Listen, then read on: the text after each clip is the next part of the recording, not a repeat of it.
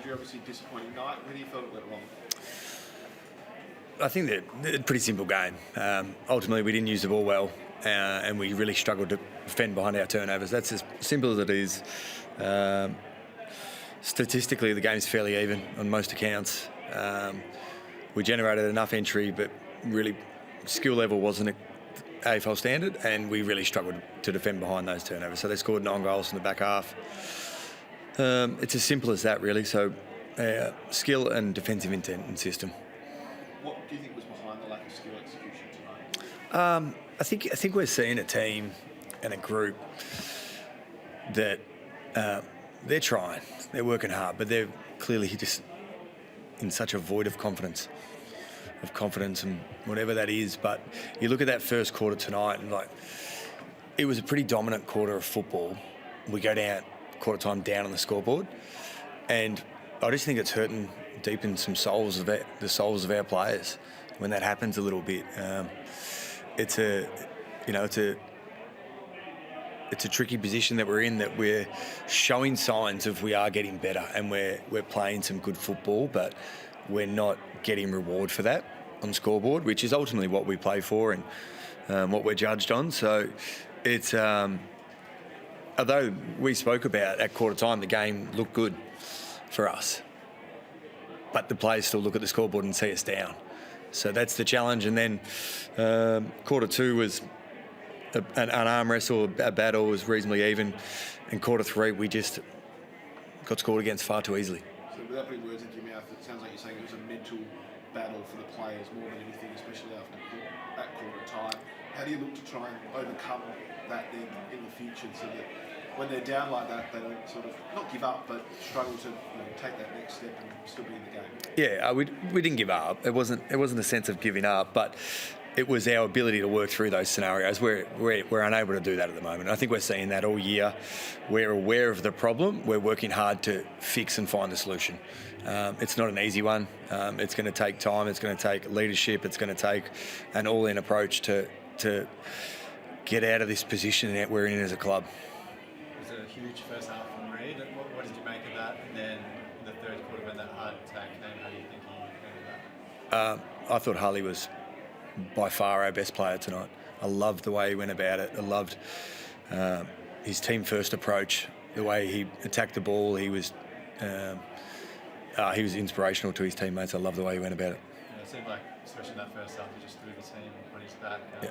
The challenge, though, when that heart attack comes, to get that help from others, did you think that there perhaps wasn't enough help from his teammates? Yeah, we're aware that we've got a 20-year-old carrying our midfield. It's not an easy position for him. We need help. We're going to work hard to give him help.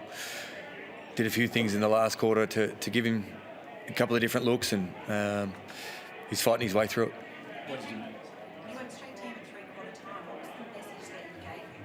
Where did you help?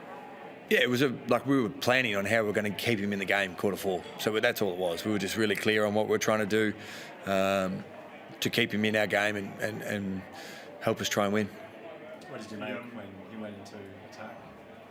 I thought he influenced the game significantly. I thought he had different looks at it, had some shots on goal, and I thought he gave us something different down there, which was good.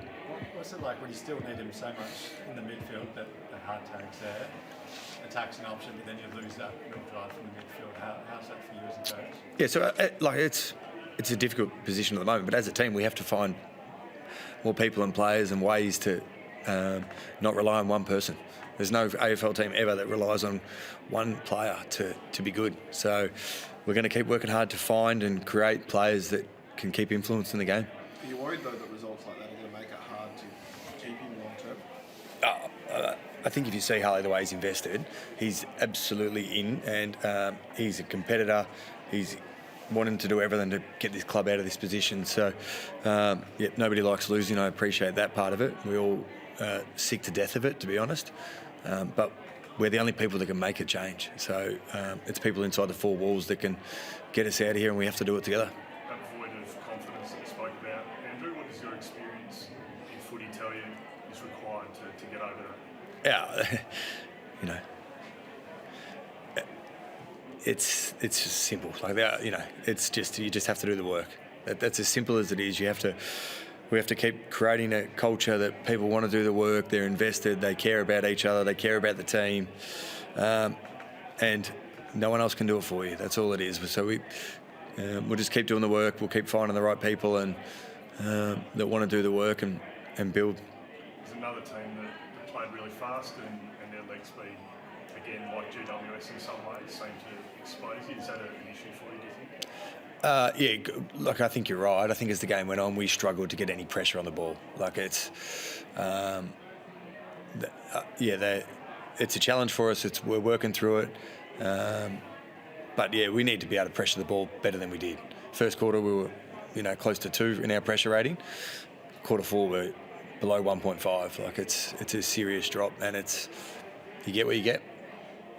Albeit with the caveat, haven't got Jake and Oscar out there. The midfield forward connection has been a problem for a lot of the season. I know it's something you're working on. How do you sort of continue to develop that with those young forwards up there? Yeah, it's we're working incredibly hard at it, and it's right now it's nowhere near the standard required.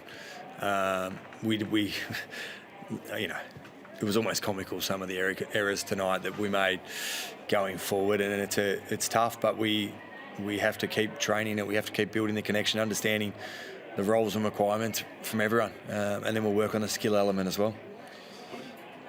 Defensively, confident on a lot of intercept marks. Is it a personnel thing? Is it the speed? Is it a combo of both? Where's it breaking down? I think it's both. I think it's the aerial craft, and it's at times where the ball's been put.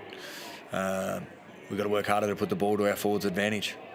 What did you make of Tim Kelly's return? Yeah, I thought Tim battled hard.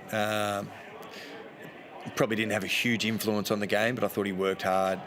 We moved him around to get Bakes in the midfield at one stage, and he's able to do that, which was good. He's got some flexibility in his game. But yeah, I thought he was okay. I suppose in the next 5 weeks, there's going to be some obvious players coming through and the offer and that. Are there a few guys out of contract that are maybe fighting to stay on the list for next year? I think every year that's absolutely what happens. There's list changes every year. There's guys that'll be out of contract, and there'll be list changes every year, like there are at every club. So that's just how the AFL industry works, and the reality is there's 5 more games for people to fight for their spots.